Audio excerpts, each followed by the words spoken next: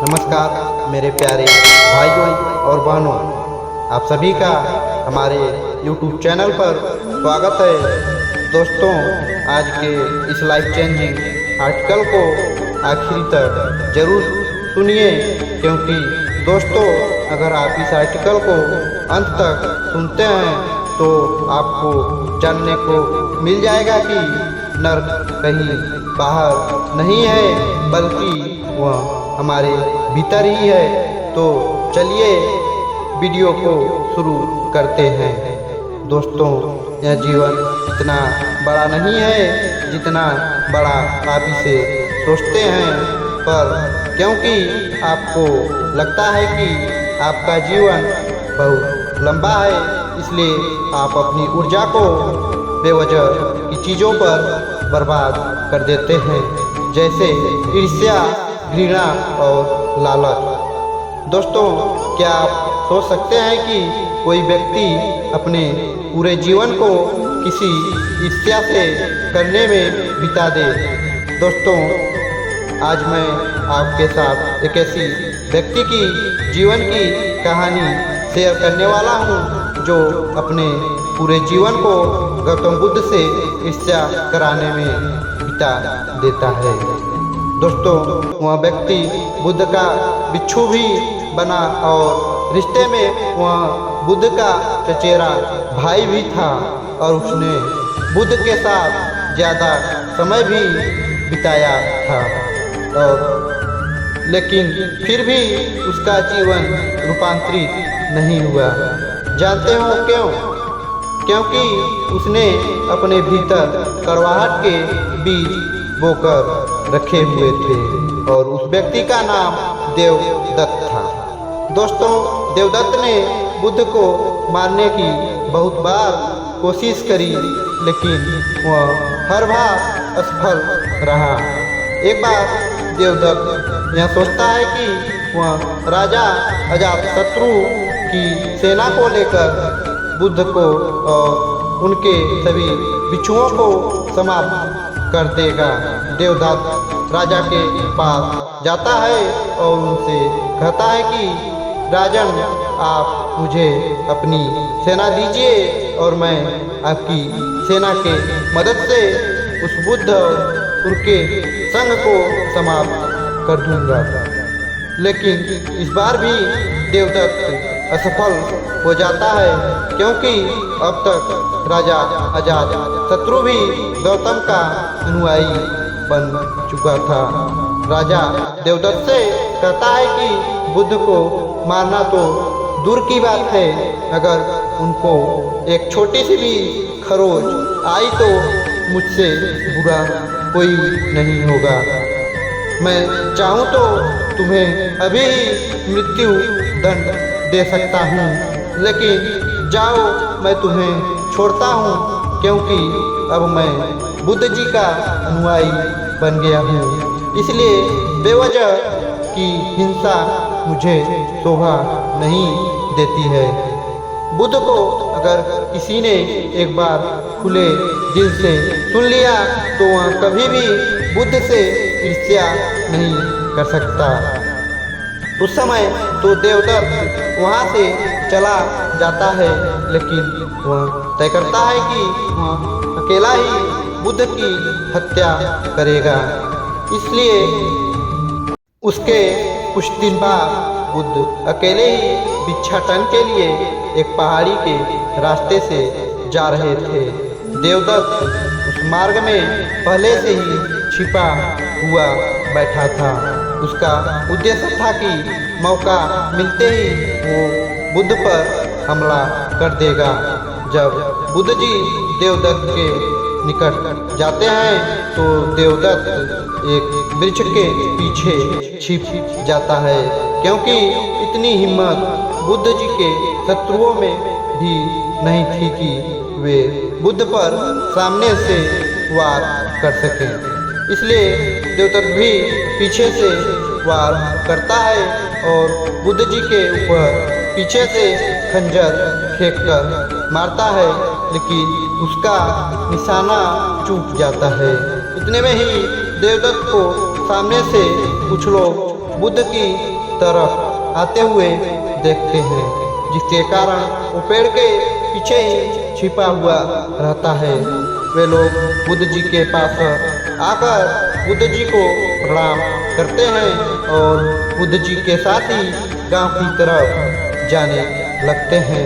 बुद्ध जी के जाने के बाद देवदत्त यह सोचता है कि शायद बुद्ध की मृत्यु खंजर से नहीं लिखी हुई है, इसलिए देवदत्त बुद्ध को मारने के लिए कोई और योजना बनाने लगता है। उसके बाद देवदत्त एक छोटी सी पहाड़ी पर चढ़कर बैठ जाता है। उस पहाड़ी पर छोटे छोटे बहुत सारे गोल पत्थर थे, जिन्हें आसानी से नीचे धकेला जा सकता था। उन पत्थरों का आकार कुछ ऐसा था कि अगर किसी के सर पर गिर जाए तो उसकी मृत्यु निश्चित थी। उस पहाड़ी के नीचे से आने जाने का रास्ता था और देवदत्त यह जानता था कि बुद्ध भिक्षाटन के बाद उसी रास्ते से वापस लौटेगा।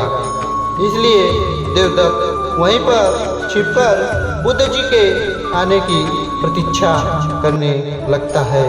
कुछ समय प्रतीक्षा करने के बाद ऐसा लगता है कि देवदत्त यह देखता हुआ है कि बुद्ध उस पहाड़ी के नीचे से जा रहा है। बुद्ध को देखते ही देवदत्त पहाड़ी से नीचे पत्थर फेंकने के लिए तैयार हो जाता है। जैसे ही बुद्ध उस पहाड़ी के नीचे से जाने लगते हैं, देवदत्त ऊपर से पत्थर धकेलना शुरू कर देता है। उन पत्थरों से बुद्ध को तो कोई नुकसान नहीं पहुंचता है, लेकिन पत्थर धकेलने के कारण उसका पैर फिसल जाता है और पहाड़ी से लुढ़कते हुए नीचे गिर पड़ता है। उस पहाड़ी से नीचे गिरने के कारण वो बुरी तरह से जख्मी हो जाता है। बुद्ध जी यह जानते हुए भी कि देवदत्त उनके प्राण लेना चाहता था, फिर भी वे उसे जख्मी हालत में अपने बिच्छुओं के पास ले जाते हैं और उसका उपचार करना शुरू कर देते हैं। और यह देवदत्त का अंतिम समय था, यानी कि देवदत्त ने अपना पूरा जीवन बुद्ध से ईर्ष्या कराने में बिता दिया हुआ था। देवदत्त अब होश में था और अपनी अंतिम सांसें गिन रहा था। उसकी आंखों के सामने से उसका पूरा जीवन गुजर रहा था, लेकिन इस बार उसकी आंखों में पश्चाताप के आंसू थे और उसे अपनी गलती का एहसास हो रहा था। उसे अब यह बात समझ में आ रही थी कि जिसके वह प्राण लेना चाहता था, वही उसके प्राण बचाने के प्रयास में लगा हुआ है। देवदत्त के आंखों से अब बहुत आंसू निकल रहे थे और वो अब बुद्ध जी की तरफ देख रहा था। बुद्ध जी उसके शरीर पर लेप लगा रहे थे। देवदत्त रोते हुए और लड़खड़ाती हुई आवाज में बुद्ध जी से कहता है कि मैं आपसे क्षमा मांगने के भी लायक नहीं हूँ और मैंने आपको बहुत क्षति पहुँचाई हुई है। पर बुद्ध जी कहते हैं कि मुझे तो याद ही नहीं। बुद्ध जी के यह शब्द सुनते ही देवदत्त के आंखों से आंसुओं की धारा बहने लगती है और वो फिर से दोहराता है, बुद्धं शरणं गच्छामि, धम्मं शरणं गच्छामि, संघं शरणं गच्छामि। दोस्तों, बुद्ध जी कहते हैं कि बुद्ध, संघ और धर्म हर मनुष्य के अंतर में है और स्वयं को जगाने की क्षमता बुद्ध है। जागने के बाद हम जिस पथ पर चलते हैं वह हमारा धर्म है और स्वयं के मन को एकाग्रित करना यानी उसे केंद्रित करना संग है। ये तीनों रत्न सभी लोगों के अंतर में हैं। उसके कुछ क्षण बाद देवदत्त अपना शरीर त्याग देता है। दोस्तों, मैं आपसे पूछना चाहता हूँ, कोई देवदत्त ने जैसा जीवन दिया क्या वह जीने लायक था? क्या नर्क किसी और जगह का नाम है? हमें नीचे दिए गए कमेंट बॉक्स में कमेंट करके जरूर बताएं। दोस्तों, वो अपना पूरा जीवन ईर्ष्या की आग में जला और अंत में उसे अपने गलती का एहसास हुआ। इस बात को आप लोग जरूर सोचना कि क्या गलती का एहसास करने के लिए मृत्यु आवश्यक है और क्या मृत्यु आने पर ही हमें यह एहसास होगा कि ईर्ष्या, घृणा और लालच ये सभी चीज़ें व्यर्थ हैं। क्या इससे पहले हम इस जीवन को सुंदर नहीं बना सकते और इसे जीने योग्य नहीं बना सकते? दोस्तों, आज के इस कहानी से हमें यह सीखने को मिलता है कि नर्क कहीं बाहर नहीं है बल्कि वह हमारे भीतर ही है और उसका निर्माण ईर्ष्या, घृणा और लालच जैसी बीमारियों से होता है।